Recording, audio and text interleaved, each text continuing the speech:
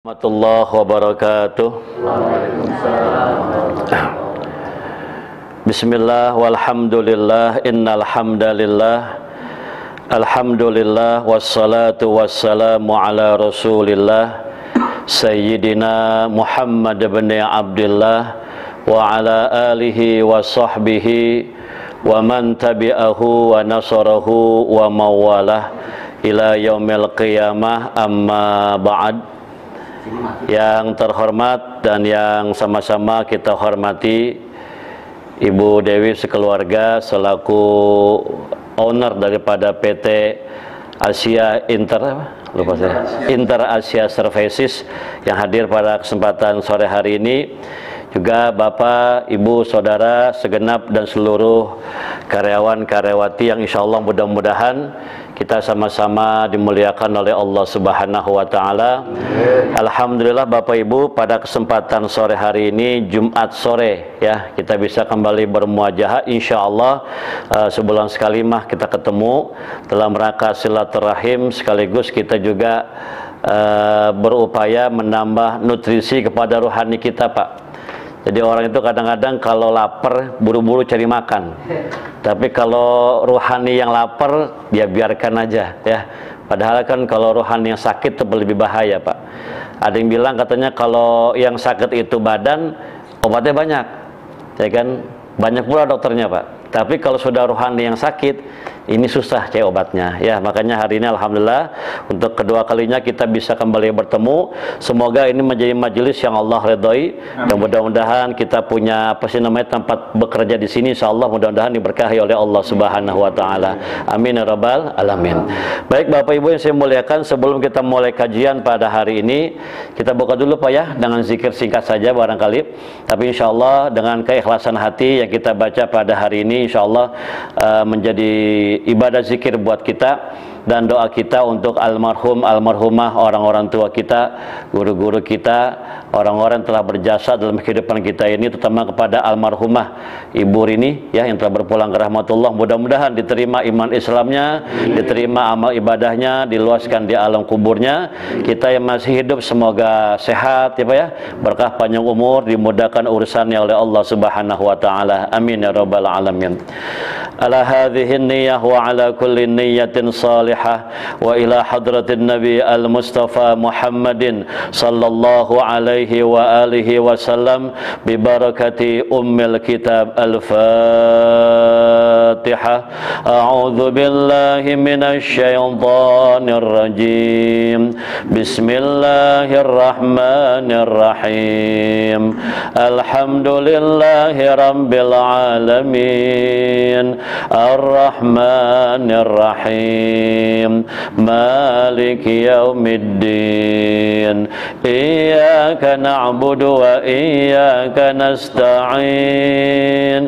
Ihdinas siratal mustaqim.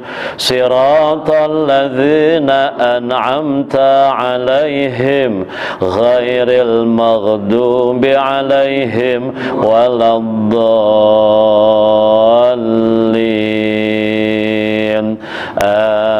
Amin. La ilaha illallah wallahu akbar. Bismillahirrahmanirrahim. Qul huwallahu ahad. Allahus samad.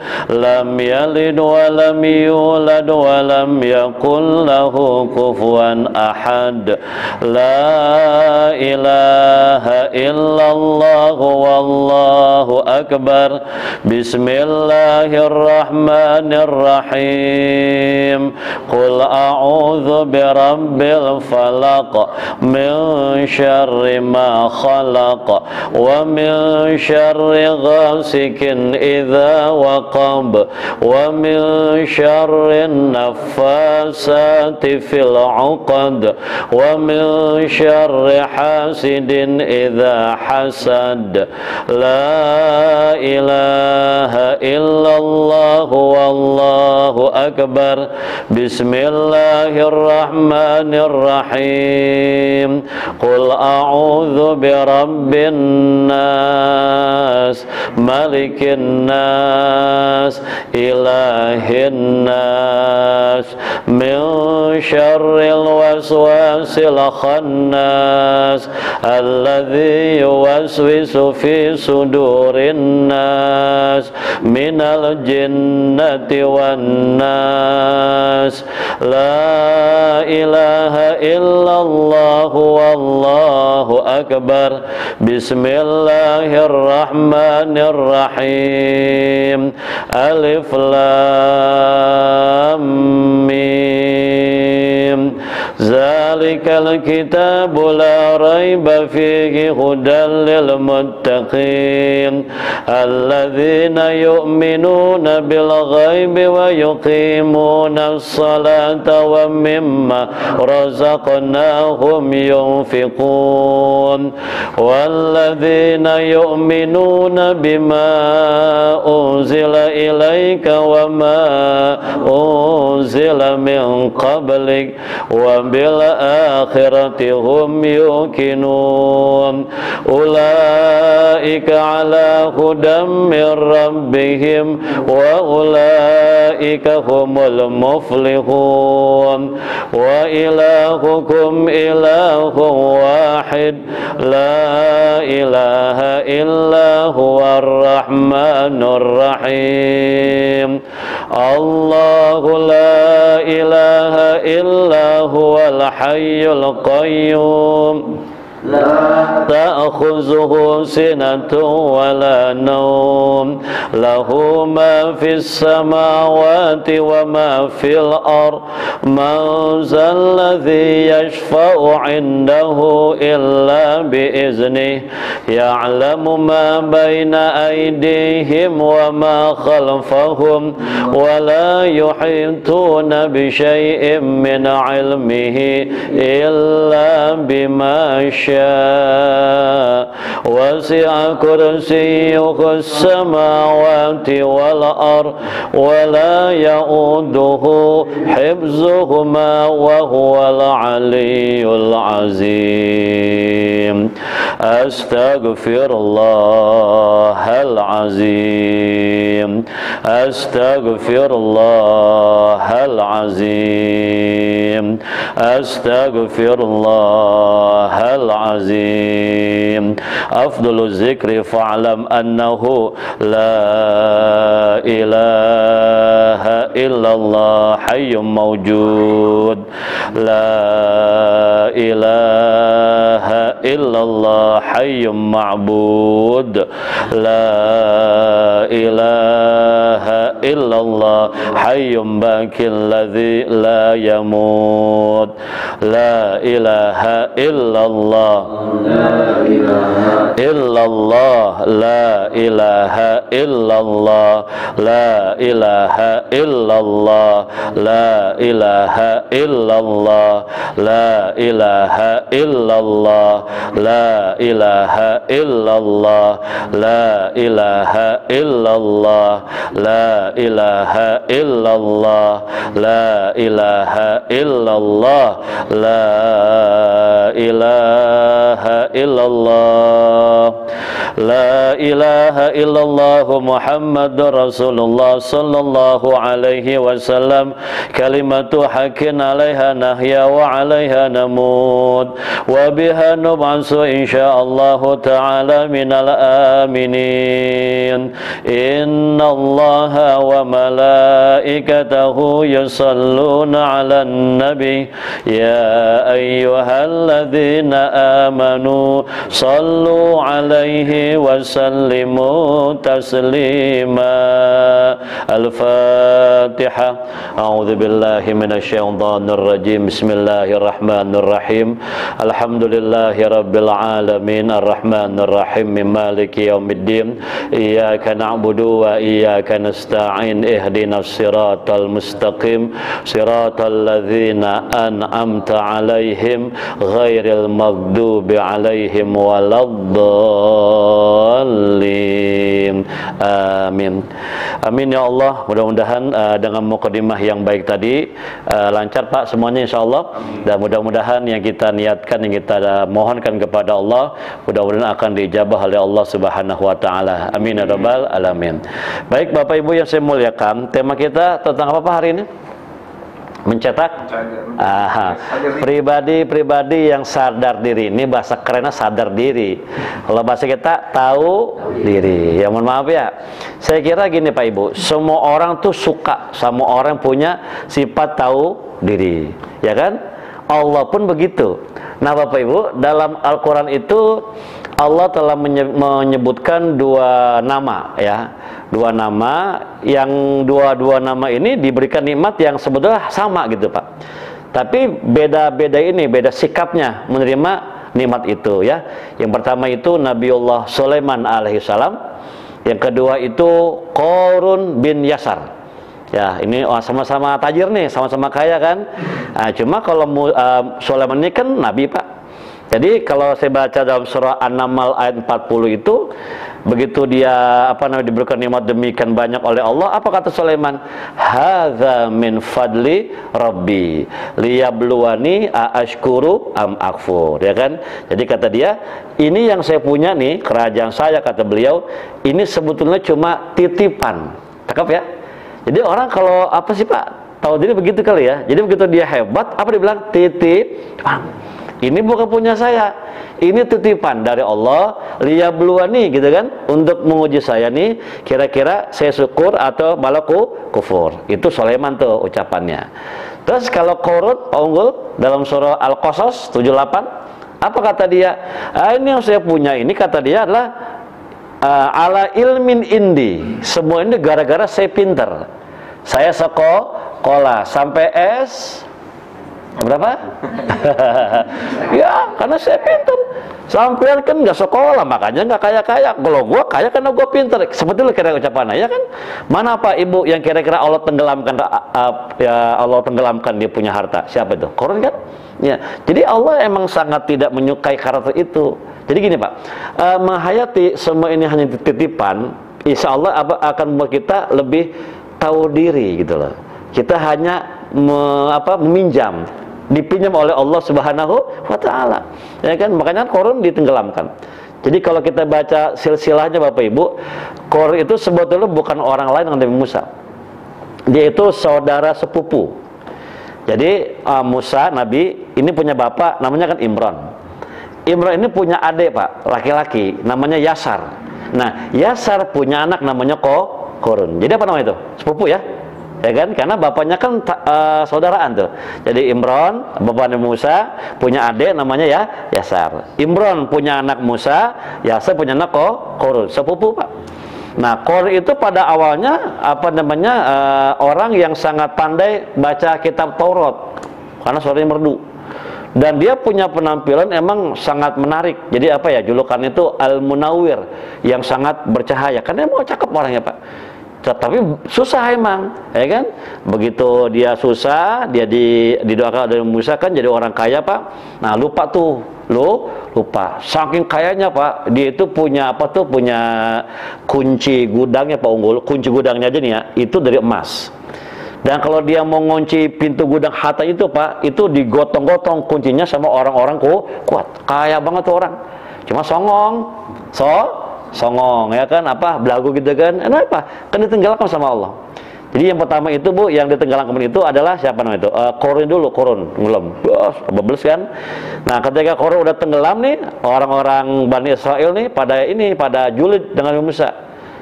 Musa bisa aja Qarun ditenggelamkan ke dalam tanah. Bilang aja Musa mau nguasain harta bendanya gitu kan. Musa dengar tuh. Apa kata Musa? Ya Allah, tolong tenggelamkan Qarun dan harta bendanya. Ambles semua tuh. Brug ya. Bu Bapak, ini saya baca dalam keterangan tafsirnya Pak Quraisy ya. Pak Unggul, di daerah Fayum itu 60 kilo dari Kairo.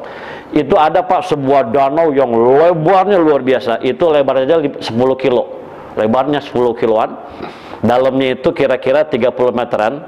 Itu sama orang situ Pak disebut dengan sebutan Bukhairat Qarun. Apa namanya? Buhairat Qurun. Jadi tempatnya Qurun. Danau itu Pak, dulunya rumah Qurun Pak Unggul.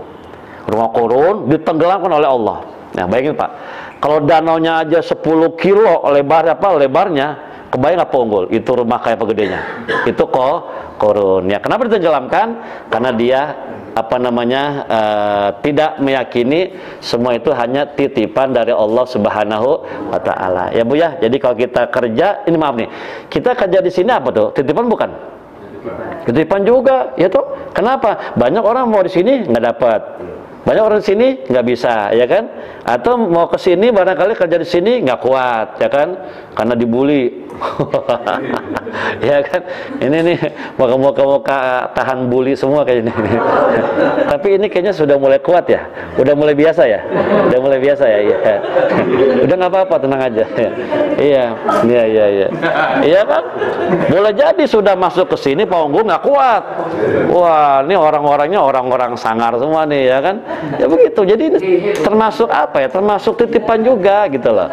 Makanya kalau kita yakin Bapak Ibu semua titipan, yang pertama apa? Yang pertama, kita tidak akan menyombongkan diri. Maaf Ibu ya.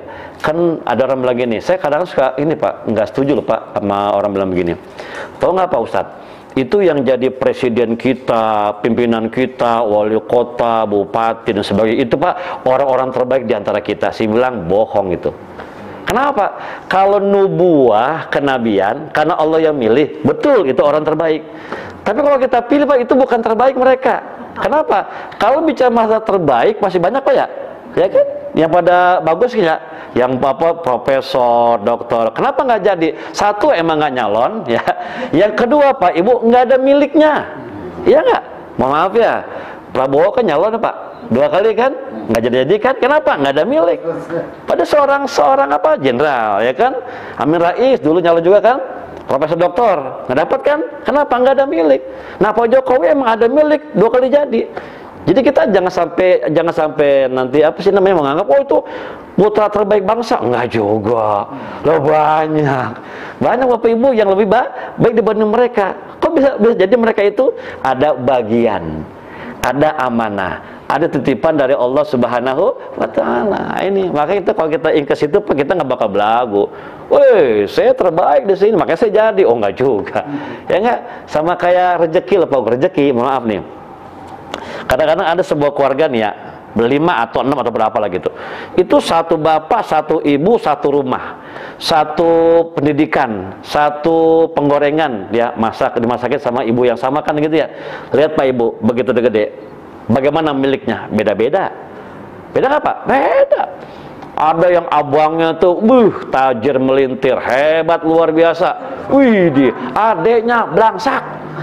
Ya, susah. Apa adanya tidak dididik? Dididik. Apa nggak dikasih ilmu orang tua? Dikasih. Kok bisa begitu? Kasih bilang, itu pembagian Tuhan begitu Pak. Ya kan kalau semuanya kaya, mohon maaf ya, ya jomplang juga, ya kan? Coba kalau semua orang cakep, nggak ada sebutan jelek. Kalau semua orang jelek, nggak ada sebut orang cakep. Makanya kita yang cakep-cakep bersyukur karena ada yang jelek. Kalau nggak ada yang jelek, nggak ada sebutan ganteng. Ya Pak Unggul ya. Kenapa Unggul dibilang ganteng? Minimal kata Bu Dewi kan begitu. Minimal ini mah kata Bu Dewi kan ganteng ya. Iya kan? Kenapa dibilang ganteng? Karena ada kita yang nggak begitu ganteng. Ya itu tadi. Jadi jangan dibilang Tuhan nggak adil nih, bagaimana sih lah begitu Pak. Ya, jadi yang kita miliki ini sebetulnya nggak serta-merta kita punya kepintaran, ya punya kemampuan. Betul di sana ada ikhtiar kita, itu betul. Tapi tetap di sana ada kalau bahasa Pak Kores itu ada campur tangan Allah, ya. Ada yang Allah tentukan, ya kan? Ada yang Allah tidak tentukan. Ada yang Allah kasih bagian, ada yang tidak. Kok bisa begitu Pak Ustadz? Nah, ini kita nggak tahu dah. Kalau bicara masalah manuver Allah, Pak Unggul, mohon maaf ya. Sehebat apapun kita punya analisa, Anda saya yakinkan nggak akan bisa menebak manuver pergerakan rencana Allah. Oh, nggak bisa. Ya, nanti kita kadang-kadang kebukaannya kalau udah sekian lama. Wah, iya, baru saya tahu nyata begini Allah punya rencana. Paham ya? Jadi meyakini ini titipan Yang pertama, kita akan hilang rasa kesombongan kita. Ini hanya titipan. Jangan belagu ya. Satu. Yang kedua, Pak Ustaz, bagaimana kalau kita anggap itu titipan? Apa yang muncul? Sikap tidak pernah menyia-nyiakan apa yang dititipkan. Contoh gini, Bapak. Bapak kalau dititipin atau dipinjami lah, apa sih Pak, mobil kemarin tuh yang mau dikasih sama pemain Arab Saudi kalau bisa juara? Rolls Royce Phantom. Ya kan, itu baru isu katanya. Ya, satu Phantom, Pak pinjam dari pagi sampai dengan jam 10 buat kondangan ke Pondok Cabe. Iya, mantap ya kan, pinjam kita kan. Nah, karena kita minyak jam 10 kita pulangin tuh ke rumah orangnya. Katanya gini, loh, kok dipulangin Pak? Kenapa emangnya? Besok aja pulanginnya, nggak apa-apa, saya nggak pakai kok hari ini. Nah, Bapak Ibu, begitu dapat ada penambahan volume waktu minjam mobil mahal tadi, Bapak Ibu tetap mulangin apa dipakai lagi? Ayo, soalnya besok nih katanya, pakai aja Pak, nggak apa-apa. Orang saya besok kok makainya, ayo pakai aja Pak, mumpung saya kasih pinjam loh, gitu ya. Gimana Pak kira? Bagaimana? Hah? Soleh bener. Iya. Umumnya nggak seperti itu Pak. Wah, ini mobil langka ini, boro-boro kita beli gitu ya. Maaf nih ya, yaudah, ya kita pakai. Nah, sama kayak tadi Pak, kalau Bapak yakin ini cuma titipan, pakai dengan sebaik-baiknya mumpung lagi dititipin. Karena kalau besok diambil sama yang punya, lah bisa apa kita? Sini mobil gua balikin. Bisa apa? Nah, mumpung dikasih, kita pakai. Apa itu? Contohnya umur dah. Itu kan titipan Pak, titipan itu. Makanya mumpung dikasih umur bagaimana? Ya jangan disia-siakan ya Pak ya. Jangan nunda-nunda kebaikan. Nah tadi Pak, banyak kebaikan yang ditunda pelaksanaannya oleh manusia. Karena mereka still yakin besok masih hidup. Ini maaf nih. Kalau bicara masalah bersegera dalam mengerjakan sebuah kebaikan, itu jangan dihubungkan dengan al-ajal atau minasyaiton Pak Unggul. Karena yang termasuk terburu-buru itu adalah pelaksanaannya, ya. Sholat nih, ya kan, azan berkumandang, langsung kita sholat, bagus itu. Tapi ketika kita sholatnya buru-buru, itu nggak boleh, paham nggak? Jadi yang nggak boleh itu Pak, buru-buru ketika sedang dalam proses pelaksanaannya, ya. Tapi kalau kita sholat azan nih berkumandang, langsung kita sholat, itu bagus. Nah, di sini kalau kata Abu Hatim Al-Asom, ada beberapa perbuatan yang kita nggak boleh ditunda Pak, karena bahaya. Karena umur kita nggak pernah tahu ya Pak ya. Ini Abu Hatim Al-Asom. Jadi seorang ulama, sampai sekarang saya belum tahu tuh namanya siapa. Dia panggilannya Abu Hatim. Mungkin anaknya namanya Hatim. Ya, dipanggilnya Abu Hatim, Bapak si Hatim. Ya, Bapak kalau punya anak boleh. Ponggul punya anak siapa yang laki-laki? Khalid. Hah? Khalid. Bisa disebut dengan Abu Khalid, bisa. Saya punya anak laki-laki pertama namanya Haidar. Saya dibilang, siapa nama Bapak? Abu Haidar. Boleh. Ya, Bapak barangkali punya anak laki-laki namanya Paul. Ya, bisa aja Abu Paul, bisa. Ya kan, jadi itu nama panggilan. Nah, Rasulullah kan namanya Abu siapa? Abu Qasim. Ya, jadi kalau Muhammadnya boleh kita pakai, tapi Abu Qasim jangan. Karena kata beliau itu kunyahku. Nabi itu punya panggilan namanya Abu Qasim, bapaknya Qasim. Kenapa dibilang Abu Qasim? Karena anak beliau pertama itu namanya Qasim. Ya, jadi Abu Hatim ini nama panggilannya. Abu Hatim, Bapak si Hatim. Nah, cuma yang saya heran itu dia punya julukan Al-Asom. Apa Al-Asom? Si budeg, si tuli. Orangnya nggak budeg, tapi dikenal sebagai Abu Hatim yang budeg. Ada apa? Rupanya akhlaknya Pak yang bikin dia dibilang budeg. Jadi gini Pak, Ibu. Ini ceritanya gini, mulanya nih.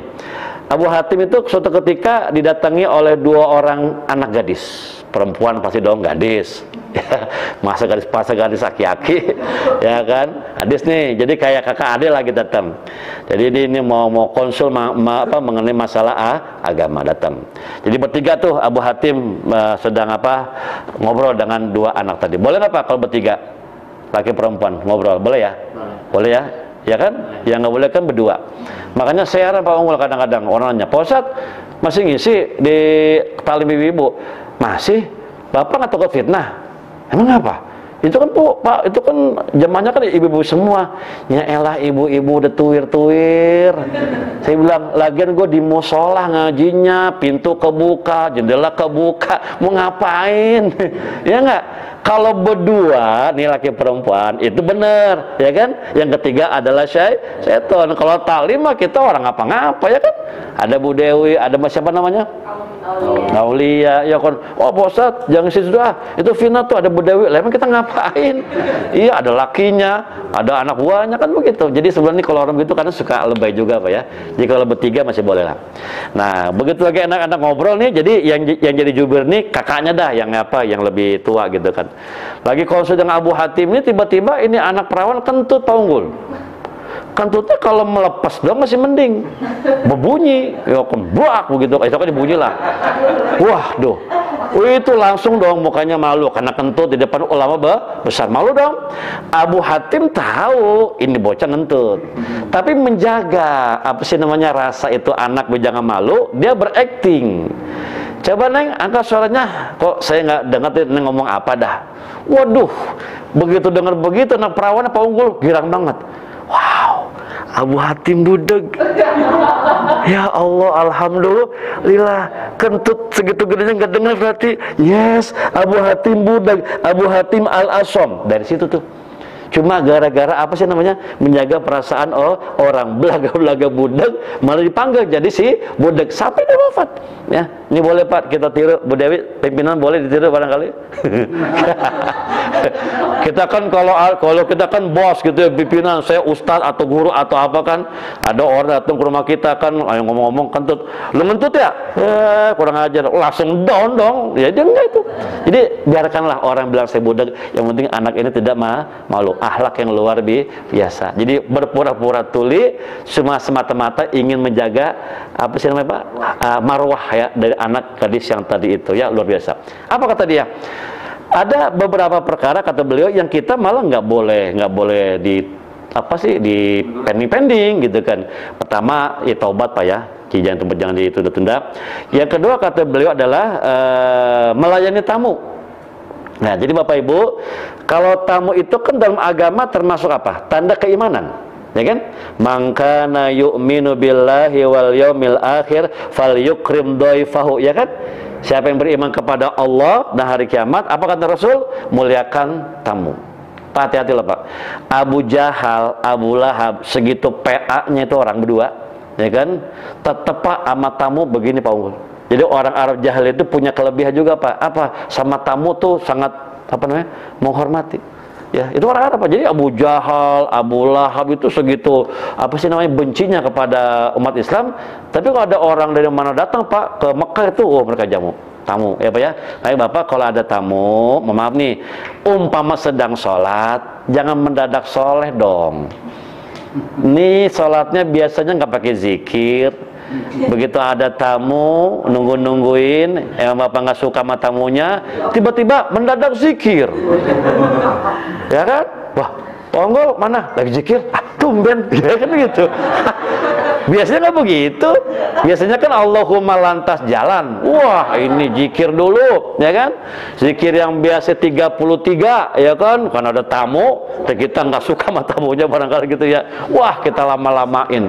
Yang 33 dibikin 99. Zikirnya pakai tarikan napas, kayak orang tapak. Ilahana ya Rabbana anta maulana subhanallah. Subhanallah, subhanallah. Lebay. Jangan begitu Pak. Justru kalau kita ada tamu yang udah nungguin ya Bu, maaf ya, yang biasa kita zikir, tolong jangan zikir dulu deh. Tamu temuin dulu, ya kan? Entar dia mau lama kek, mau sebentar kek, urusan belakangan. Jangan dibiarkan apa sih namanya, menunggu lama-lama. Kita sedang sholat nih Pak nih, sholat maaf ya, ada tamu nih Pak, itu kita apa sih namanya, kita persingkat sholatnya. Ya contoh, maaf nih, Bapak Ibu biasa umpamanya, saya ambil contoh aja Pak ya, kalau benar syukur, kalau nggak benar mohon maaf. Bapak Ibu biasanya kalau sholat habis Fatihah itu biasanya baca surahnya An-Naba, atau At-Takwir, idza syamsu quwwirat wa idza nujumun kadarat, ya kan, cakep kan? Atau Al-Insyiqaq, atau paling pehnya Sabbihis sama Al-Ghosiyah umpamanya. Bahkan pernah Bapak Ibu lagi sedang semangatnya ibadah, pernah habis Fatihah baca surah Al-Kahfi sama Ar-Rahman, umpama ini mah ya. Oh, ada tamu tuh Pak Ibu nunggu di bawah tuh, kita ke sholat nih, kita pilih surah yang pendek. Apa itu Pak Ustaz? Tolong dibaca lagi ya Pak, dibaca lagi, ditengok lagi surah yang udah lama kita lupain. Apa itu? Inna a'toina sama kulhu. Paham? Jangan sombong. Sekali-kali bacalah inna a'toina sama kulhu ya. Jangan surah sabihis melulu kepanjangan ya. Inna a'toina udah lupa ya Pak? Lupa ya? Ya lupa lah baca tadi An-Naba. Ya jangan dong Pak, jangan begitu. Bapak ada tamu nih, tolong surah Al-Kautsar sama Al-Ikhlas itu Pak yang udah lama kita simpen, jarang kita baca-baca, tolong Pak dibaca lagi. Betul? Apa terbalik? Jangan-jangan terbalik. Iya Pak. Jadi kita pilih surah yang pendek ya. Kemudian bacaan ruku, bacaan sujud yang kita baca sekian kali kan biasanya Pak ya. Nah, karena ada tamu nih, nggak masalah Pak, kita bikin sekali aja. Boleh Pak Ustadz? Boleh. Satu mendingan satu Pak Unggul, tapi tartil kan, daripada tiga tapi terburu-buru ya kan. Sudah selesai kita tanpa zikir langsung kita apa sih namanya, tampanin tamunya ya kan. Itu termasuk apa? Terburu-buru yang sangat nyunah. Harus begitu Pak ya. Jadi Bapak Ibu tolong ya, kalau ada tamu diterima dulu. Gimana Pak Ustadz kalau kita lagi sholat ada tamu datang ke sholat nih, assalamualaikum, jangan dijawab salamnya kalau kita sholat. Iya dong. Tapi memberikan tanda kita sedang sholat itu menurut banyak ulama dibolehkan dengan mengangkat suara di mana kita lagi baca apa. Contoh gini, ketika kita baca Malik Yaumiddin ya, Fatihah, salam kedengaran tuh, assalamualaikum Malik Yaumiddin, boleh tanda aja. Dia dengar syukur, nggak dengar ya udah, jangan dikejar-kejar Pak. Contoh kita baca Maliki Yaumiddin, assalamualaikum iyyaka na'budu wa iyyaka nasta'in. Nah itu nggak boleh. Kenapa nggak boleh? Tendensius. Satu. Yang kedua, ya tadi saya katakan kan sudah mulai gregetan juga, ya kan? Iyyaka na'budu, assalamualaikum ihdinas siratal. Nah, jangan. Ya sekali aja cukup tanda. Dia dengar syukur, nggak dengar ya sudah. Itu aja paling Pak. Ya paham ya? Jadi buru-buru melayani tamu termasuk daripada sunnah Rasul ya. Bahkan alangkah bagusnya kalau tamu itu kita jamu dengan jamuan yang barangkali layak untuk kita hidangkan ya. Jadi gini Pak, sebenarnya kalau kita baca, saya baca itu dalam apa ya, adab seorang muslim. Jadi tamu ama yang punya rumah emang harus punya pikiran juga sih ya kan. Oh yang punya rumah kalau emang dia bisa siapkanlah jamuan yang memadai, tamunya pun jangan keenakan juga Pak Unggul ya. Ini waduh enak juga di sini makannya ya, nggak pulang-pulang. Jangan Pak. Jadi harus saling mengerti kondisi ya. Kalau misalnya tamunya ke rumah kita nih, wah ini sudah banyak apa, ada pohon rambutan Pak Unggul yang udah berbuah kan, tuh tamu dari awal datang sampai ngobrol ngomongnya rambutan mulu. Ibu, ini rambutan apa Bu? Ini rambutan rambutan sih Pak yang paling bagus. Aceh ya? Apa? Papia. Oh ya, enak Bu. Oh, enak ini. Manis, nyoplok. Iya, enak Bu. Oh, bukan main. Tamu itu Pak Unggul, kalau udah muji-muji kita punya rambutan, itu bahasa itu. Dia mau. Senggetin dong, 1, 2 mah. Iya. Ya kan tamunya cilutak juga lagi ya. Yang punya rumah nggak punya pikiran, kena. Ya Pak ya, paham ya? Jadi tamu jangan dibiarkan menunggu lama-lama. Bu Dewi lagi sholat, ada tamu, ya dia bersihkan sholatnya Bu Dewi. Pak Unggul juga sama aja. Jangan mendadak soleh. Wih, tiba-tiba jadi ahli zikir, ahli ibadah, nggak pernah ba'diyah, tiba-tiba ba'diyah. Wih, Pak, buruan Pak, lagi sholat, rapi, lagi ba'diyah dulu. Tumben. jangan begitu, nggak boleh ya Pak ya. Kalau kita punya tendensi, punya niat seperti itu, alih-alih berpahala malah berdosa. Satu itu ya, yang kita harus segera. Setelah kita tadi tobat ya Pak, tobat jadi bahas dah, itu udah pasti. Yang ketiga kata dia bersegera ya Pak untuk mengurus jenazah kalau sudah jelas kematiannya. Ya, jadi sunahnya begitu Bapak Ibu ya. Kalau misalnya meninggalnya pagi, maka siang dimakamkan. Siang meninggal, sore dikuburkan. Sore meninggal bagaimana Pak? Malam. Saya pernah ngalamin tuh, zaman saya kuliah dulu, saya waktu nginep di rumah teman di daerah Tasik itu, wah kampung banget itu mah. Saya nyampe sana berlima nih Pak, teman cowok semua sih. Kita datang dari hari Jumat. Ini hari Sabtu sore itu saudara teman saya meninggal. Saya kira besok Pak Unggul, Minggu nih, baru di apa sih namanya, baru dimakamkan ya. Enggak ya di sana itu. Sore meninggal itu, Sabtu sore, malam Minggu kita kuburin. Saya ikut gotong-gotong Pak, karena mayatnya. Bapak Ibu jangan dibayangin dah kalau gotong-gotong apa tuh kurang batang di kampung kayak apa seremnya. Kalau di kita kan terang ya Pak ya. Saya katakan nggak iseng ya. Di sono kita ngelewatin galengan, ngelewatin kebun, ya orang kampung jam 11 malam. Cuma ada senter sama obor. Kan tahun 93 kan belum ada handphone sekarang ya Pak. Bener-bener tuh. Kuburannya dapatnya di pinggir kali-kali kecil di bawah pohon bambu yang agak doyong begitu tuh. Wih, itu kalau ada kamera mau kita foto-foto atau kita rekam pasti ada penampakan itu. Itu kandang membedi itu. Iya Pak, malam itu juga. Saya tanya, Pak, nggak besok aja. Emang begitu sunahnya? Saya bertahu begitu Pak, sunah emang. Jadi yang lama, kenapa jangan lama-lama? Gini Bapak Ibu, ini ada rahasia. Kenapa kita diminta untuk segera mengurus? Jadi gini Pak. Itu jenazah kalau dia dibawa dari rumah ke masjid mau disolatin atau masjid ke pemakaman untuk dimakamkan, itu jenazah Pak sepanjang perjalanan itu berbicara sebetulnya. Tapi emang omongan jenazah itu Allah tidak izinkan kita mendengar. Jadi hanya dua yang nggak bisa mendengarkan, manusia dan golongan jin. Apa Pak yang diucapkan oleh jenazah? Kalau dia orang soleh dibilang begini, qaddimuni, qaddimuni. Ayo buruan, ayo dong anterin saya, buruan dong. Kenapa Pak? Karena orang soleh itu apa ya? Dia tuh udah nggak sabar ingin segera dimakamkan, udah nggak sabar lah ingin berjumpa dengan Allah. Jadi gini Pak, bagi orang soleh itu meninggal itu apa ya? Istirahat. Ya bebas dong, ya kan? Nggak mikir apa-apa ya. Besok BBM naik 100 juta, bodoh amat. Ya kan, telur sekilo 6 juta, bodoh amat. Yaudah meninggal Pak, tenang. Orang soleh begitu Pak, jadi minta disegerakan. Tapi kalau orang yang kagak soleh, waduh, ya kan, yang mulutnya berbisa, biang gosip, wah pokoknya ancur dah amburadul. Ngomong juga Pak, apa kata dia? Akhiruni, mau kemana nih? Kok ke sono? Rumah gua belok kiri. Kalau gua mau mana? Ketakutan Pak Unggul. Kenapa ketakutan? Ya ketakutan lah, karena kan dia amalnya begitu.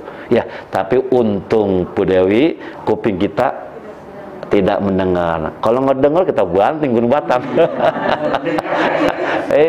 Itu makanya kalau dia orang soleh, kita percepat dia untuk menuju tempat yang sangat dia rindukan, gitu kan? Kalau dia orang yang tidak baik, apa kata para ulama? Kita buru-buru meletakkan keburukan dari pundak kita. Jadi soleh nggak soleh, kalau emu udah rapi semuanya langsung dimakamkan, jangan lama-lama. Boleh nggak Pak? Tertahan beberapa saat barangkali boleh juga sih. Nabi kan wafat hari Senin. Nabi wafat hari Senin. Ba'da zuhur kalau saya nggak salah mah, tanggal 12 Rabiul Awal, hari Senin ya Pak. Jadi itulah orang mulia Pak. Tanggal, hari, bulannya sama. Yang beda cuma tahunnya aja. Ya, beliau meninggal pada zuhur, dimakamkan Selasa malam Rebo. Jadi ketahan sehari semalam ya. Kenapa lama Pak Ustadz? Pertama kan waktu itu kan kita mereka para sahabat lagi milih pemimpin. Yang sampai ini umat Islam terpecah berai karena nggak ada pimpinan. Satu itu. Yang kedua, memberikan kesempatan kepada para sahabat yang di luar kota untuk bisa melihat jenazah Rasul. Kalau karena mah enak Pak, telepon, Rasul meninggal nih, datang dewek kemari kan.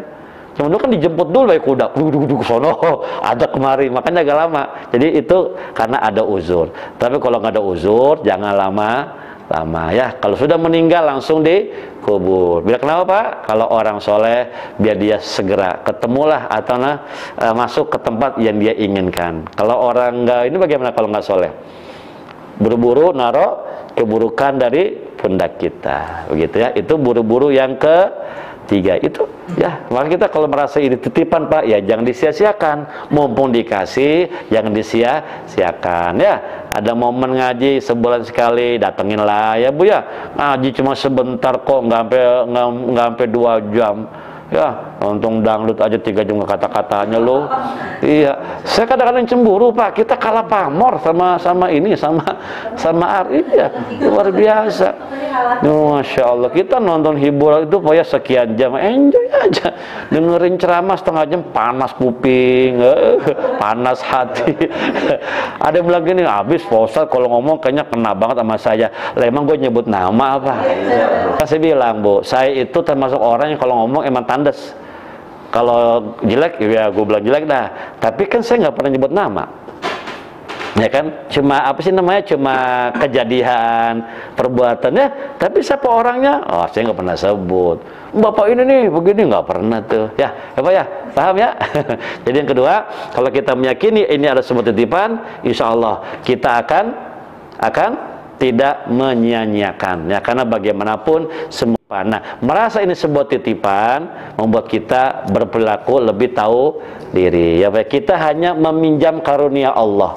Yang empunya adalah Allah. Tapi hati-hati Pak, walaupun semuanya milik Allah, titipan Allah, Islam tetap mengakui hak kepemilikan Pak Unggul. Hati-hati nih. Ya, jangan mentang-mentang kita bilang ini bumi Allah, punya Allah semua, ntar punya orang diambil. Pernah kejadian begitu tuh? Ada orang dulu waktu ya udah lama juga sih. Jadi ada orang itu entah apa dia belajar itu. Jadi dia ngambil air ledeng di rumah orang, masuk ke dalam gerbang Pak, buka pintu masuk, ngisi ADM dia. Heh, ambil aja lu, nggak bilang-bilang. Punya Allah semuanya, bukan punya lu. Salah juga. Ya jangan begitu. Ntar mobil Pak Unggul, kemana mobil gua? Punya Allah. Jangan. Betul, semua punya Allah. Titipan dari Allah itu betul ya. Tapi kan tetap ada hak kepemilikan ya kan. Makanya kan diakui kan. Ini punya orang, kalau diambil namanya mencuri gitu ya. Bagaimana kalau mencuri? Kan dipotong tangan. Berarti Islam itu mengakui hak kepemilikan. Walaupun memang intinya mah ujung-ujungnya Pak, semua milik Allah, dari Allah, dan akan kembali kepada Allah Subhanahu wa Ta'ala ya. Makanya bagi Bapak Ibu yang dititipkan oleh Allah kerja di sini, ya mohon maaf, disyukuri saja. Alhamdulillah. Oh, orang-orang pada kerja susah ya Pak ya, susah. Kita mah alhamdulillah ya. Orang-orang ada yang kerja di sini cuma 2 bulan nggak kuat, langsung masuk ICU. Dia tipes. Ini alhamdulillah ya Bapak, udah 6 kali tipes masih di sini aja. Suatu luar biasa ya. Bersyukur kepada Allah Subhanahu wa Ta'ala ya. Jadi bagaimana Pak Ustaz cara mencetak figur yang tahu diri? Cukup mengimani, menghayati semua hanya titipan, bukan milik kita. Ada yang punya, ada yang ngasih, ada yang minjemin. Siapa itu? Al-Malikul Haqqul Mubin. Siapakah dia? Allah Subhanahu wa Ta'ala. Kalau kita lupa diri, apa sombong tadi kayak Korun, ya gampang aja. Emang zaman Musa itu emang zaman-zamannya ditenggelamin semua Pak ya? Korun ditenggelamin ke dalam tanah. Fir'aun ditenggelamin ke dalam laut ya. Jadi begitulah kalau Tuhan sudah berkehendak Pak. Jadi emang Allah itu sangat, maaf, ada sebuah sifat yang sangat Allah benci. Bahkan apa kata Allah? Itu adalah pakaianku, itu adalah selendangku kata Allah kan. Siapa yang mengambilnya dariku, aku azab orang itu. Apa itu ya? Kesombongan tadi. Jadi bahasanya begini Pak, yang boleh nyombong mah Tuhan doang dah gitu aja. Kalau mau baca ayat nih, innallaha ala kulli syai'in qadir. Tuh Allah sombong banget tuh, ngaku katanya maha kuasa. Lah biarin ya Pak ya. Kalau dia bilang aku maha kuasa, maha kuat, maha mulia, emang maha dia mah ya Bu ya. Karena kan Allah tuh kan kalau dia emang pengasih, ya kasihnya kan nggak bisa diukur. Kalau emang dia kaya, emang maha kaya ya kan. Bahkan Allah kan kayaknya nggak butuh kita. Coba kalau kita kaya, kita butuh orang ya Pak ya. Kalau Allah kan tidak butuh, apa namanya, qiyamuhu binafsihi itu. Jadi kalau Allah menyombongkan diri, al-mutakabir, ya wis lah, memang itu sebuah nama dalam Asmaul Husna, al-mutakabir, yang maha meninggikan diri. Wajar ya kalau saya Pak Unggul, siapa namanya ini? Ngantuk ya? Oh iya. ngantuk. Oh, apa gitu matanya? Ya saya ya. Orang begini biasanya apa sih, sabar ya. Tapi kuat ya. Dari zaman sebelum Covid saya ke sini udah ada Anda ya di sini ya. Berarti dia sudah berapa kali tipes di sini? Dibully terus. Jangan pasti nggak masuk. Oh gitu, awal-awal ya. Iya, berarti sudah terbiasa ya. Paham ya? Kenapa kita nggak boleh sombong, Pak? Ya satu memang bukan pakaian kita. Ini mohon maaf Bapak Ibu. Kalau kita ngaca itu tolong ya, jangan cuma ngelihat kita cakep atau nggak cakep ya Bu ya, make upnya pas atau nggak pas, bukan cuma itu. Coba lihat Pak Bu, perubahan-perubahan kita setiap tahunnya Pak Unggul. Apa kalau kita punya foto-foto zaman dulu, kita komparasikan, gile, beda. Dulu rambut kita lebat. Saya pernah gondrong lupa Unggul segini nih dulu, ya kan punya rambut kita karena tipis bener dah. Ya Pak Unggul apalagi ya kan sudah. Iya kan? Iya Pak. Itu Masya Allah, pakai ya elah gue begini amat. Itu dari ujung kepala kita sampai ujung kaki kita itu kalau kita mau jujur, subhanallah ya Rabbi, kita kayaknya emang nggak layak menyombongkan diri Pak. Karena setiap jengkal yang kita miliki ya itu mengandung sesuatu yang kita nggak suka. Ya kan? Kepala kita Pak kalau kurang perawatan ada apanya? Uban-uban, ketombe, ada kutu. Ya mohon maaf ya Pak ya, iya kan? Iya, mata kita ya kata orang jeli banget kayak mata orang India. Kalau pagi-pagi ada apanya Pak? Ya kan? Hidungnya ada apa? Kupingnya ada apa? Ya kan? Mulutnya ada apa? Wah, semuanya itu bagian kepala saja Pak, itu udah mengandung sekian banyak hal-hal yang kita benci. Kotoran kan? Makin ke bawah bagaimana Pak Unggul? Wah, makin banyak kotorannya. Jadi betul kata Allah ya, fal yanzuril insanu mimma khuliqa mimma indafik yakhruju min baini sulbi wat taraib. Insyaallah Pak, semua orang pimpinan ya Bu Dewi sebagai pimpinan kita atau siapapun lah suka sama orang-orang yang punya sifat apa tadi?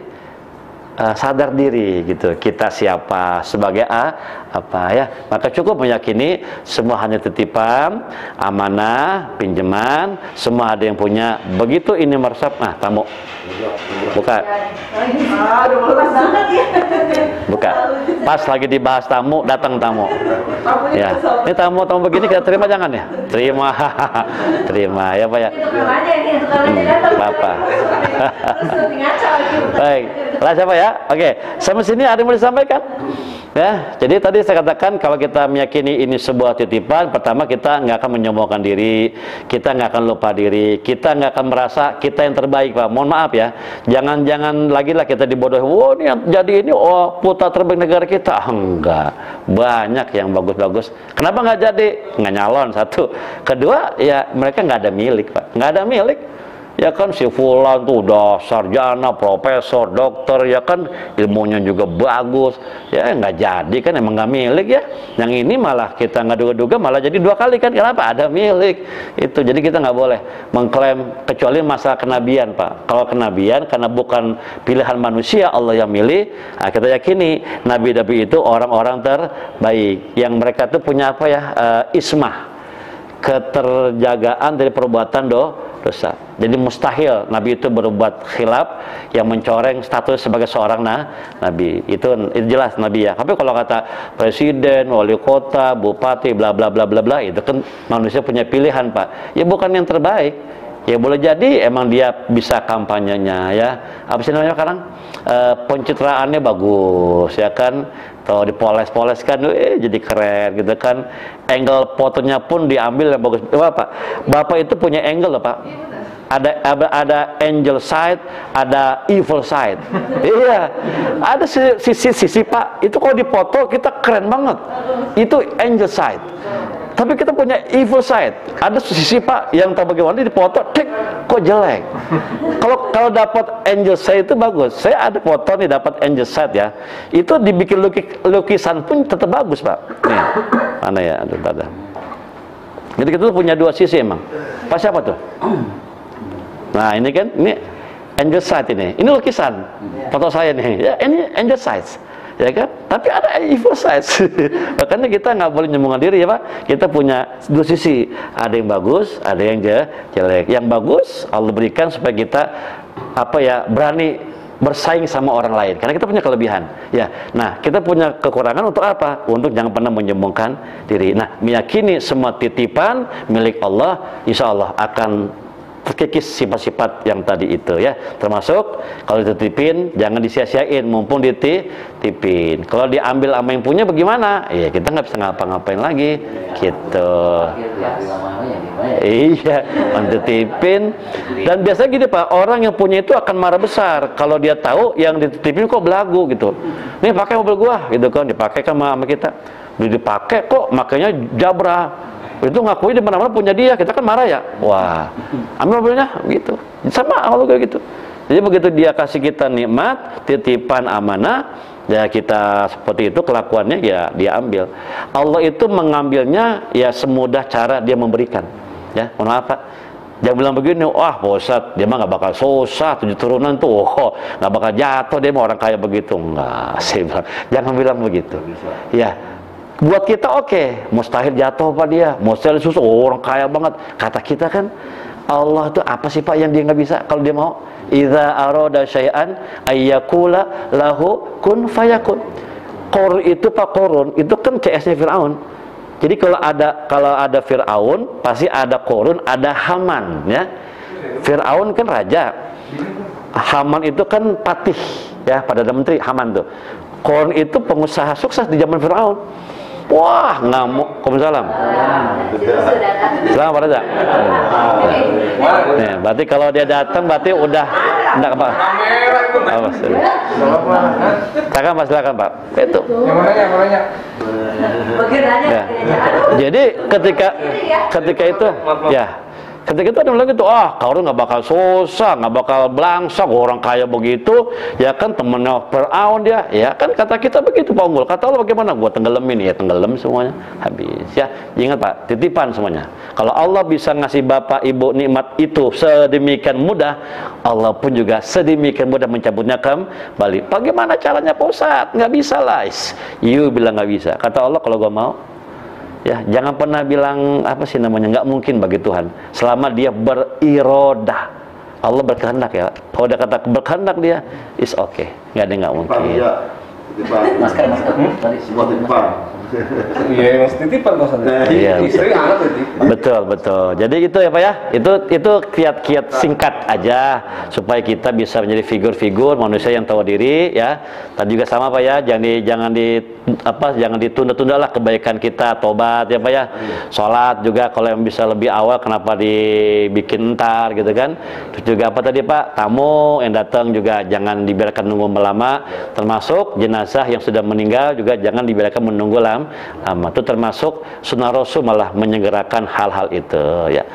Baik Bapak Ibu, sampai sini bisa dipahami? Ada yang mau disampaikan? Pak Reza sehat? Coba Pak lihat kamera dulu, ada masuk YouTube kan? Ya siap.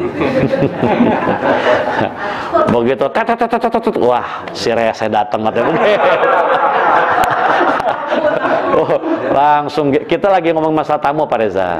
Jadi kalau tamu datang itu ya mohon segera ditemuin dulu tamunya. Jadi mereka menunggu. Pas kita bahas itu datang tamunya. Turun.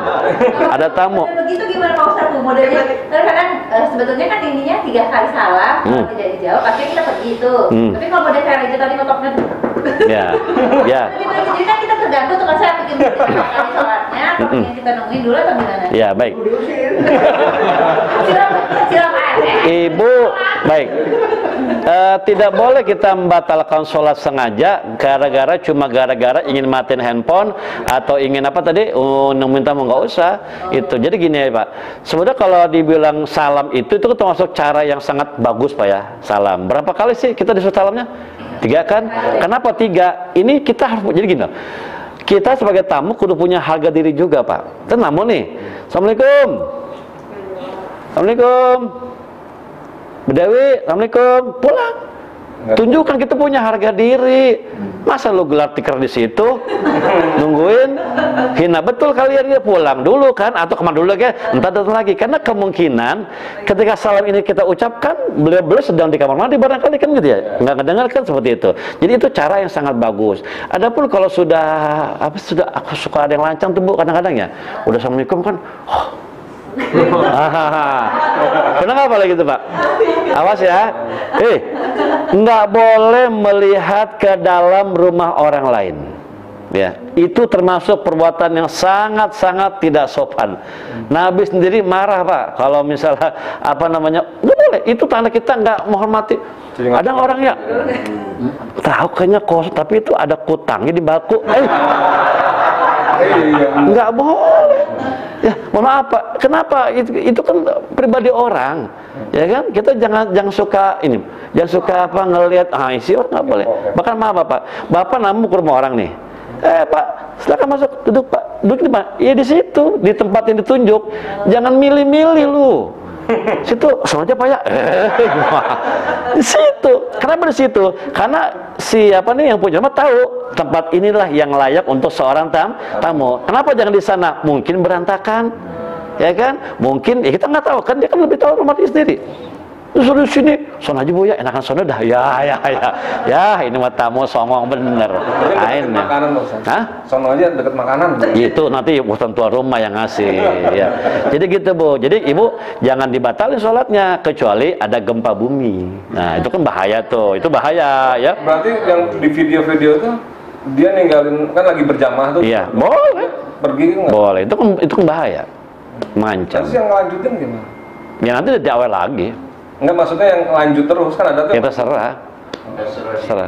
terserah. Kalau ketiba juga terserah juga. Serius, sebenarnya itu kan bahaya Pak. Jadi kalau ada bahaya itu boleh kita membatalkan sholat. Ya karena kan darurat, bukan kemauan kita. Hati-hati lah Pak. Sekarang ini kalau bicara masalah gempa, sebenarnya kalau saya baca-baca di media-media itu ada sebuah sesar yang ditakuti aktif. Sesar Baribis. Baribis. Jadi kan kemarin tuh yang di Cianjur itu kan cuma sesar Cimandiri tuh. Cimandiri. Itu tidak seberapa. Yang danger itu kalau kata para ahli Pak Unggul itu sesar Baribis. Yang lokasi patahannya cuma berjarak 25 kilo selatan Jakarta. Itu kalau dia goyang, itu sangat berbahaya. Masalahnya gini Pak, kata para ahli dia udah kekunci. Baribis kekunci Pak. Tapi bukan nggak mungkin, karena udah bergerak di mana-mana. Takutnya kan dia goyang gini. Nah, udah krek. Nah, itu bisa. Kalau dia goyang, Baribis ini dia aktif, bergerak dan sebagainya. Itulah yang ada yang mengatakan kan Jakarta terancam megatrust, ya kan 8, sekian skala Richter, bla bla bla bla. Terus terancam ada tsunami sekian puluh meter tingginya karena Baribis itu. Maaf Bapak Ibu ya, bencana yang lain itu kita bisa tanggulangi lah. Tapi gempa bumi itu nggak ada penanggulangannya. Cuma satu solusinya apa? Minta tolong kepada yang megang kunci Baribis. Siapa? Allah. Udah itu aja. Ya banjir, tanggulangi dong. Bikin turap yang tinggi, ya kan begitu kan? Bisa kan? Kebakaran bisa kan? Kalau kata gempa siapa yang tahu di bawah kan? Cuman bisa bilang doang di sana ada patahan ini.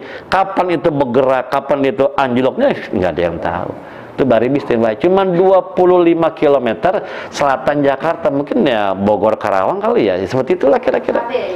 Nggak tahu saya.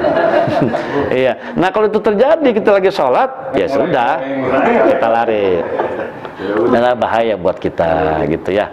Kalau tamu ya beda aja lah. Makanya saya bilang khusyuk dalam sembahyang itu Bu sebetulnya bisa kita upayakan. Bagaimana sebelum sholat ya pesan sama anak buah, tolong ya. Kalau telepon bunyi angkat, ini juga pokoknya kita pesan-pesan dulu. Kalau kita nggak pesan kita bimbang jadinya. Kalau sholat tadi ditungguin teleponnya nggak bunyi-bunyi, lagi sholat ya bunyi, kan begitu. Pesan aja. Itulah untungnya kalau kita sholat ada orang lain kan bisa pesan. Yang pasti ibu jangan sampai membatalkan sholat cuma gara-gara ingin bukakan pintu untuk Bang Reza yang tadi tek. Assalamualaikum. Iya, assalamualaikum ya betul. Saya dengar tadi kumnya dengar, tapi emang ya dengar kum tek. Wah siapa tuh? Ya, ada emang kum gitu. Kum, jadi itu menyangkutnya gak lando. Usahakan jangan lam kumnya aja Pak. Itu kan doa Bung lah. Ada kalimat yang sebetulnya berbahaya kalau kita lecehkan. Karena bisa berubah makna kan? Ya kan? Assalamualaikum. Nah, itu betul. Sam itu kan penyakit, kematian, ya kan? Kalau assalamualaikum berarti mati loh gitu. Iya hati-hati. Sam itu penyakit, musibah atau kematian sam. Makanya jangan dipotong-potong apa? Assalamualaikum. Ngapa sih berapa lamanya satu assalamualaikum? Kum, lam. Wah. yang ngocong jangan, itu kan doa Pak.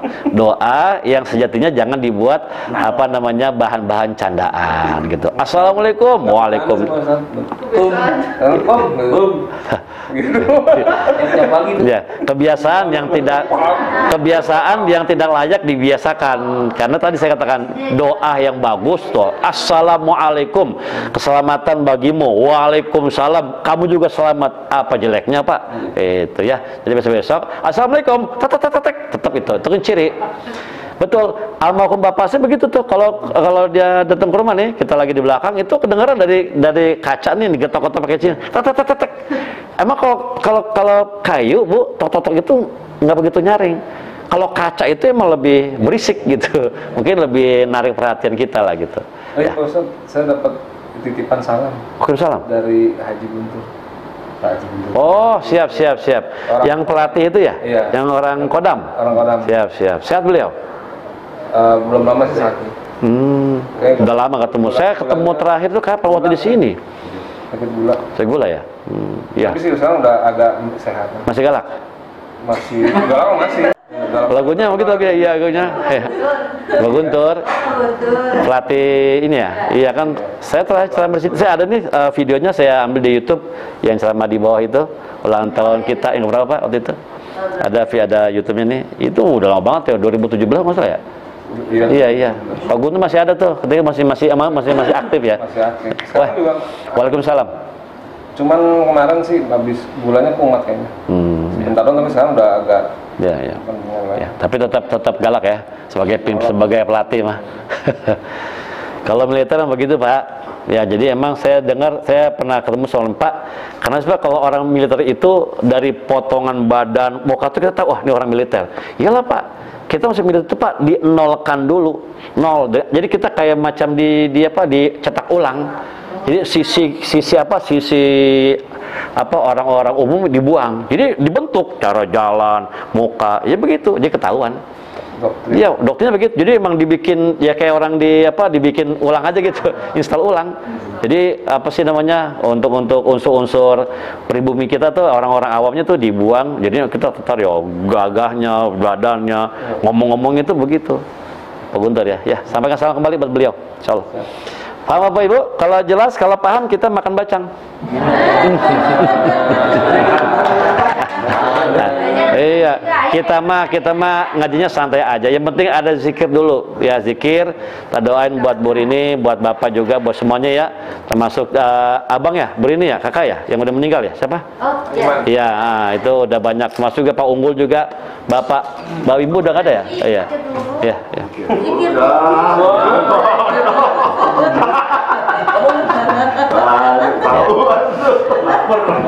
Sebenarnya ini kalau dibilang ngaji terlalu resmi Pak Unggul ya. Apa kongko aja kali ya. Besok bawa apa rotan itu tuh. Ya. Boleh. Ada di YouTube. Balik lagi. Saya tidak berani ngasih materi bersambung Bu, karena kita ketemu cuma sebulan sekali, terlalu jauh. Paling ya sekali kasih habis. Jadi kayak makan nasi Padang, sekali kasih habis, udah gitu aja. Kalau pakai buku, kitab-kitab gitu kan ya bagus juga sih bersambung, tapi kan jauh-jauh jaraknya 11 kali. Nanti keburu lupa, nanti jadi ada missing link gitu. Jadi begitu mau disambungin, linknya ini hilang, lupa maksud nyambungnya. Mungkin kita kasih yang sekali habis, tapi saya usahakan memang merangkum semua materi dari akidah kita masukin, apa sih namanya, adab kita masukin, termasuk masalah fikih untuk ibadah kita sehari-hari. Tadi kan masuk tuh fikih tuh, ya bagaimana sholat kalau ada tamu ya, jangan mendadak soleha atau soleh. Ini yang biasa lama kan dia nih. Ini biasa lama kalau sholatnya sudah dengar ya. Usuk dia lama. Iya, sampai ngilang dia kalau sholat. Tapi hati-hati Pak, khusyuk itu bukan berarti Bapak nggak dengar apa-apa ya Pak. Bapak Ibu cukup menghayati hujan ya? Alhamdulillah. Cukup sadar lagi baca apa, ngerjain rukun yang mana, itu udah khusyuk, gitu aja. Karena ada orang Bu sholat nggak karena udah biasa kali dia udah gitu aja, tetap udah waladolin. Dia nggak kapan baca alhamdulillah, dia nggak kapan baca malikiyaumiddin. Itu namanya tidak khusyuk. Jadi kita cukup sadar gitu ya, oh lagi baca ayat ini, lagi gerakan ini, itu udah khusyuk buat kita. Kalau ada yang terlintas Pak, itu namanya khotir. Bahasa Arabnya khotir, bentuk jamaknya khawatir, lintasan setan, nggak apa-apa lewat, jangan ditangkap ya. Contoh di sholat nih kita ingat, oh kunci di mana tuh kunci? Oh, udah cukup, jangan diikutin. Gitu, ya kan? Lagi sholat nih, namanya gitu lagi sholat, tiba-tiba ada yang namu nih, ada kita nih berisik amat, itu wajar dong, kita kan namanya berisikan, tapi jangan diancam-ancam. Ntar lo habis sholat. Ya, saya bingung bagaimana mau khusyuk, lu udah berencana begitu, ntar lu gua sholat, gua hajar lu. Ya kan udah nggak benar itu. Ya kan sama kayak anak kecil kan ya, wah jatuh kok nangis, wah. Si kakak kemana sih ya? Ntar habis sholat, ibu empos kamu, ya udah selesai itu sholatnya.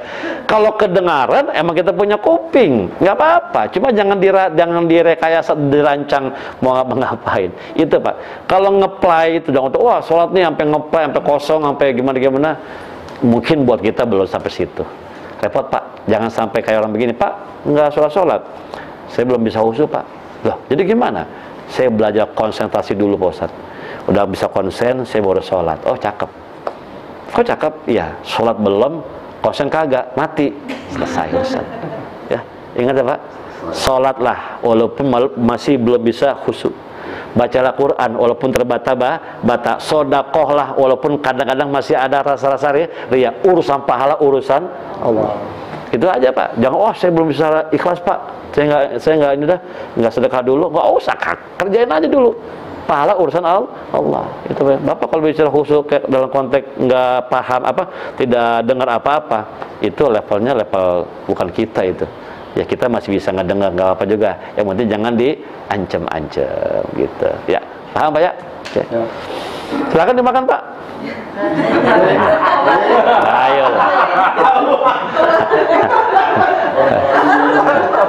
Ini apa?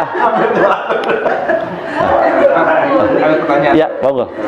Santai. Ya, silakan. Bisa ngomong soal jenazah ya. Ya. Saya jadi kepikiran, pernah saya baca di suatu ceramah juga. Bismillah. Kalau jenazahnya orang kafir itu nggak disiksa. Begitu. Tapi nggak sekarang, nanti gitu loh. Jadi mereka dibiarinnya tidur. Mereka itu kenapa tidak disiksa? Karena ada ayatnya soal waktu kiamat bangunan, dibangun dia. Aduh, celaka, kenapa aku dibangunkan gitu. Ya itu, jadi Ustaz itu mengatakan mereka ketakutan karena tadinya mereka tidur. Lagi anak-anak tidur gitu. Terus udah tahu itu ada hari kiamat dan mereka akan segera diadili. Nah, jadi kalau menurut itu gimana Kak? Oh gitu. Baik. Oh jadi ada, itu di surah Yasin ya? Yang Markodina itu kemudian gitu ya? Ya betul. Ya kalau untuk ayatnya emang sangat connect Pak, betul ya. Bahkan bukan hanya orang kafir Pak Unggul, semua manusia pun ketika itu akan kaget gitu ya, karena mungkin dia bangun dalam kondisi yang berbeda, semuanya kondisi dan sebagainya kan seperti itu. Tapi kalau itu menjadi bukti bahwa orang kafir itu tidak disiksa dengan berdasarkan kepada dari tadi, Allah alam nih, saya pribadi pun baru mendengarkan itu keterangan ya. Jadi jawabannya mungkin saya belum bisa komen ya, karena saya sendiri baru dengar dari Pak Unggul. Tapi memang connect Pak, betul. Jadi orang yang meninggal itu nanti akan kaget ya kan, karena memang dibangkitkan dalam kondisi yang berbeda dalam kondisi mereka hidup dulu ya kan. Nanti gini Pak, orang itu kan berarti bangkit dalam kondisi sesuai dengan amal perbuatan. Makanya nanti kan ada orang yang bangun bangkit itu kondisinya seperti hewan, karena kan mungkin dia punya perbuatan seperti hewan, itu betul. Tapi kalau itu menjadi bukti orang kafir nggak disiksa, saya belum bisa komen nih ya. Karena masalahnya kan masalah gaib ya. Kita hanya bisa mengetahui dari Al-Quran atau Sunnah Rasul. Kalau hanya dari pendapat pribadi kita sendiri, saya kira beresiko. Tapi masuk akal sih Pak. Setuju juga saya kalau dilihat dari ayat tadi yang mengatakan semua orang akan kaget, termasuk orang kafir. Jadi boleh jadi dia sekarang tidur aja gitu ya Pak, nggak digebugin, nggak ditanya, pokoknya molor dah gitu. Begitu bangun kaget ya kan, wah gimana nih? gitu kan, dan dia kaget karena akan dihitung amalnya. Tapi enak gitu. banget. Kenapa? Dari dia nggak di alam kubur nggak kena siksa. Di kubur nggak, nah nanti di nerakanya kan selama-lamanya. Itu Iya. kan. Oh. Jadi gini, sebetulnya Enakan ya, di alam kubur tadi. Nggak didatengin malaikat belum tuh? Emang dia nggak dihisap sih ya? wallah alam, saya belum bisa jawab itu karena saya juga baru dengar dari Pak Umar pertama nih. Tapi emang connect dan sangat logis buat saya kalau itu menjadi bukti orang kafir nggak disisa karena mereka akan shock dengan datangnya hari kiamat yang luar biasa dahsyat. Mereka kan nggak yakin dengan kiamat. Ini apa kok semuanya hancur? Kok saya begini? Kaget kan dia? Mungkin itu udah termasuk shock terapi yang luar biasa. Logis juga sih. Tapi saya nggak berani bilang seperti itu karena saya belum menemukan apa sih namanya bukti-bukti yang mendukung hal itu. Apa hadis Nabi atau ayat-ayat yang lain yang berhubungan. Tapi bagus, bisa kita jadikan sebagai pelajaran juga. Ya, itu di surah Yasin, Pak. Ya. Jadi siapa kata mereka yang telah mengusik dari tidur kami gitu kan, lagi anak tidur mulai, jadi seperti itu. Ya. Tapi kalau kuliah apa, jangan bilang begitu. Jadi gini, bapak bilang, enak amat orang kafir nggak digebukin. Ya elah, timbang tidur doang, bangun-bangun digebukin apa enaknya? Itu Pak. Jadi gini Pak, sebetulnya kita jadi gini, satu hari hitungan sana, hitungan akhirat ya, itu 1000 tahun di sini. Jadi kalau orang tua kita sudah meninggal 40 tahun, kalau ukuran akhirat itu ya paling baru beberapa detik kali gitu. Karena 1000 tahun di sini, ya kan, alfu sanatim mimma ta'udun, ya. Jadi satu hari Senin itu 1000 tahun yang kalian hitung. Ya 1000 tahun di sini, ya sehari di sana. Tuh. Makanya nanti kalau kita divonis, semuanya gitu ya, Fulan masuk neraka selama 1 hari, sehari doang, 1000 tahun. 1000 tahun kita digarang di situ, gitu. Ya, jadi gini Pak, jangan suka nantangin neraka deh. Yang Bapak baca di Quran tentang neraka seperti itu sebatas yang kita bisa terima dengan akal kita. Aslinya Pak Unggul lebih daripada itu. Mala ainun ro'at, ya kan, nggak pernah kita lihat, nggak pernah kita dengar. Bahkan yang lebih hebat surga neraka itu Pak, siksa dan nikmatnya itu apa, nggak pernah kelintas di hati kita kayak apa. Jadi kalau kita pernah lihat nonton film ya, maaf ya, film orang di seksa, sadis banget ya, itu kan kepikiran, itu kita lihat. Neraka di luar itu seperti apa, kita nggak tahu, ya kan. Kok bisa Pak Allah seperti itu? Ya wajar, sah-sah aja. Dia kan raja pada hari itu, ya kan? Jadi ketika kita menisbahkan kepada Allah yang Maha Kuasa, ya kita bisa apa? Saya pernah tanya orang begini, Pak Ustadz, mungkin nggak Allah nggak adil? Saya bilang gini, Bu, kalau memang betul Allah nggak adil, kita bisa apa juga? Umpamanya gitu kan, Allah nggak adil nih kata kita, bisa apa kita? Demo Allah, ya kan? Gugat Allah, nggak bisa. Allah itu untouchable, saya bilang, ya, diterima atau tidak, setuju atau tidak, disembah atau tidak, dia tetap berkuasa, tetap Tuhan gitu, nggak akan tersentuh oleh kita punya perbuatan. Makanya jangan sampai kita berpikiran, wah enak amat orang kafir tidur atau dibangunin dia. Itu kan logika kita seperti itu. Ya Pak, jadi Pak Unggul saya belum bisa komen ya. Tapi logis sih, coba nanti saya cari dah. Barangkali betul seperti itu, mereka nggak disiksa kubur, karena mereka akan shock pertama kali ketika bangun dari kuburnya kan, wah kaget ya. Nyata tidak apa tuh hari akhirat, kiamat yang mereka bilang nggak ada, nonsen, nyata ada seperti ini, dan mereka menyesal karena pernah menolak dakwah di dunia dulu. Boleh seperti itu. Ya. Makasih Pak ya. Saya jadi punya kerjaan nih nyari tadi tuh sama apa kolerasinya sama hadis Nabi yang lain. Gitu. Ih, udah habis bacangnya. Oh, belum. Iya. Ini kalau betul ya Pak Ustadz. Mengenai ini rukun sholat. Jadi apa namanya? Saya baca TikTok.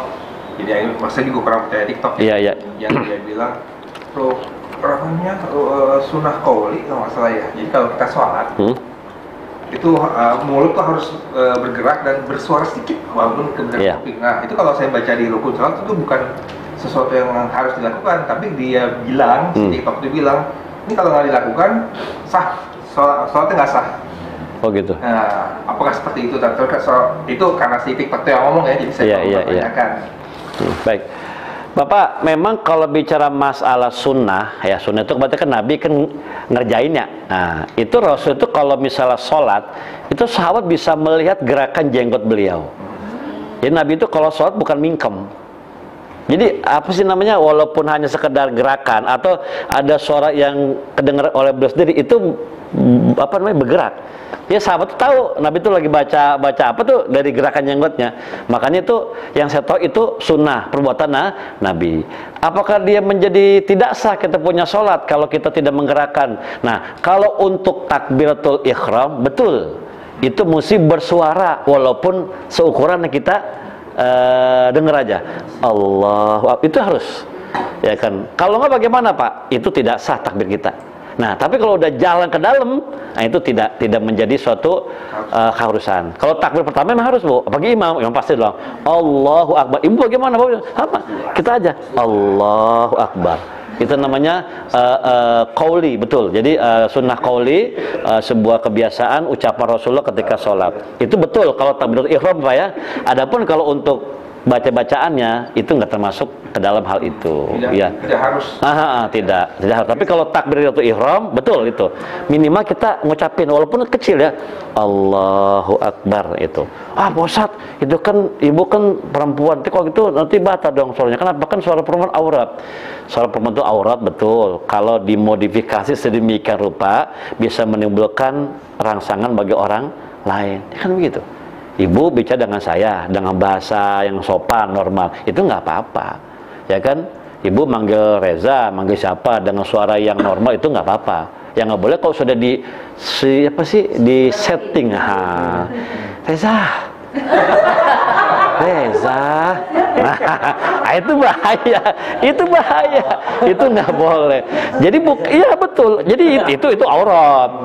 Jadi bukan suaranya semata aurat, tapi teknik. Nah itu. Manggil galak kayak digosip. Iya. Iya kan saya banyak tuh jamaah saya. Pak Ustaz gimana kalau saya Pak Ustaz mau kemana? Boleh nggak? Ya manggil aja nggak apa-apa Ibu, saya bilang gitu kan manggil ya. Cuman jangan dimodifikasi suaranya. Pak Ustaz mau kemana? Itu kan sudah mulai gak enak tuh dengar itu, jangan. Jadi bukan suaranya Bu, Pak, bukan ya, tapi apa tekniknya. Makanya Ibu walaupun sholat boleh Allahu Akbar, seukuran kita dengar sendiri aja. Itu untuk takbiratul ihram, itu betul. Jadi yang saya pelajari, bahkan saya kemarin sempat dengar tuh kajian teman saya tuh siapa kayak apa tuh, begitu ya Bang. Tapi kalau untuk yang bacaan di dalam itu enggak. Ya, yang penting kita jangan mingkem. Jadi nah itu aja. Karena kalau kebangetan nyaring pun ganggu orang di sebelah Pak. Ada tuh jemaah di musola Pak. Saya tuh menghindar di samping dada. Kacau bacaan kita, kenceng bener. Alhamdulillah rabbil alamin. Iya kan Allah. Kagok kita Pak. Kita baca, dengar bacaan dia, kagok. Gosok aja. Itu. Jadi jangan begitu Pak. Jadi ya sekedar apa sih, suara sama-sama aja, atau minimal ada gerakan bibir gitu. Nah, jadi jangan begitu, nggak boleh. Mingkemnya nggak boleh? Jangan. Termasuk merem, ya kan? Merem nggak boleh? Merem juga jangan. Jadi gini, yang sunnah itu kalau sholat mata kita ke tempat sujud. Ini pendapat yang rojih, yang kuat, yang diamini oleh banyak ulama. Walaupun ada yang bilang begini, bukan ke bawah Pak, katanya ke arah kiblat, berarti ke depan dong. Tapi kan sangat berisiko. Maka yang paling pas bagaimana? Ke bawah, melihat tempat sujud. Kalau merem itu makruh. Jadi jangan merem. Tapi kita melihat tempat sujud. Satu titik. Satu titik. Tapi ada bilang juga Pak Unggul, kalau memang merem itu bisa menambah kekhusyuan, bisa dibenarkan. Itu umpamanya sembahyang Id, ya kan? Di mana tuh di jalan raya, sejadahnya koran. Kedua kan koran ya kan? Daripada kita baca koran, Allahu Akbar, PDIP apa udah.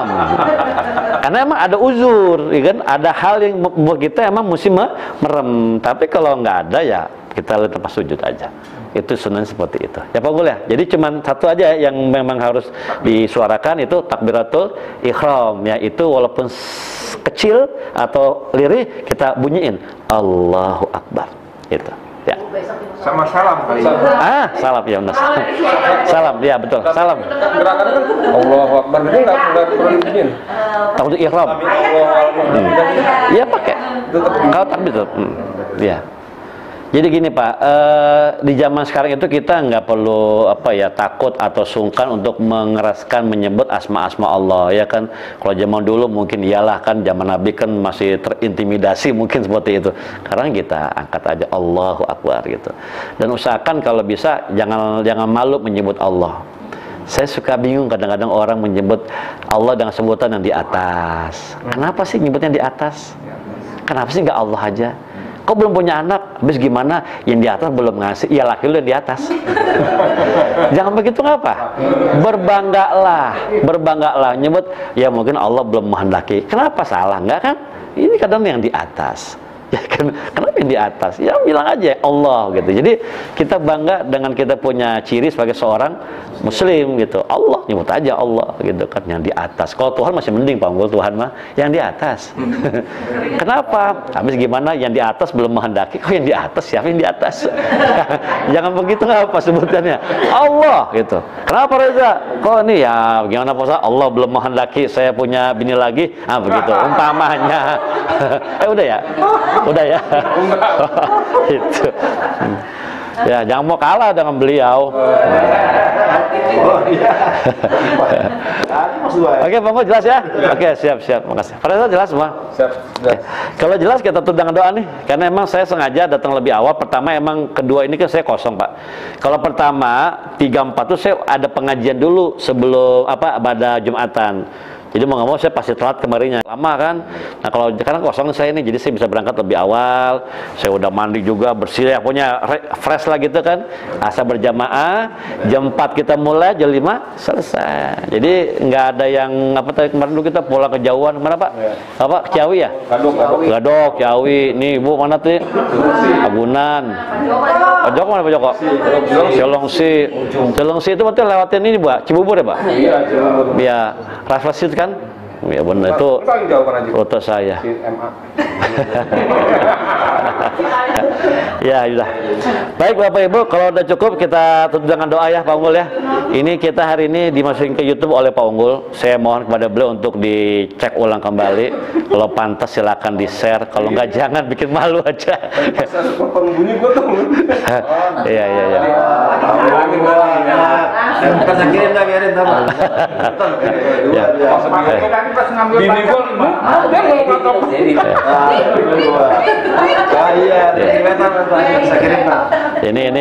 Ini kita ngopi-ngopi aja nih, ngobrol perkara iman aja udah ya.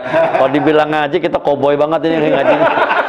Nggak pakai peci, nggak pakai apa, geledak-geleduk aja kita. Ya gimana? Udah kita ngopi aja dah, ngobrol perkara iman. Tapi tetap ya kita baca doa dulu, baca zikir dulu Pak, karena banyak hajat kita. Ya, semoga kita punya hajat dikabul oleh Allah Subhanahu Wa Taala.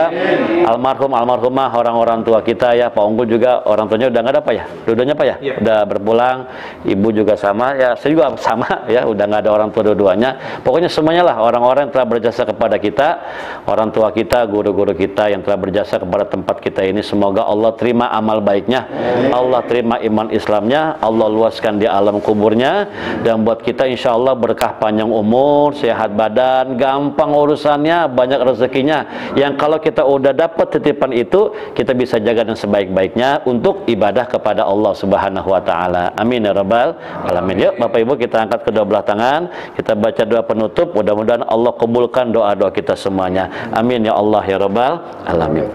Astaghfirullahaladzim, lakal hamdu ya Allah ya maulana ya ma'bud, alhamdulillahi rabbil alamin, wassalatu wassalamu ala asyrafil anbiya'i wal mursalin sayyidina Muhammadin wa ala alihi wa sahbihi ajma'in.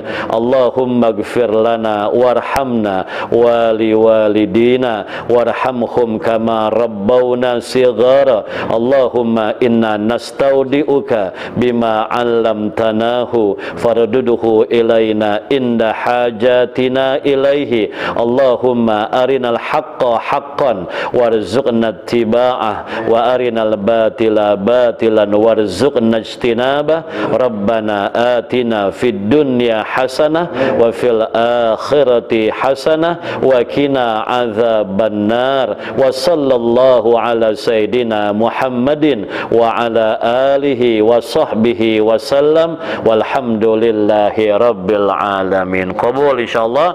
Terima kasih Bapak Ibu atas kebersamaan kita sore hari ini. Mohon maaf atas segala kekurangannya. Akhirul kalam. Wassalamualaikum warahmatullahi wabarakatuh. Waalaikumsalam warahmatullahi wabarakatuh.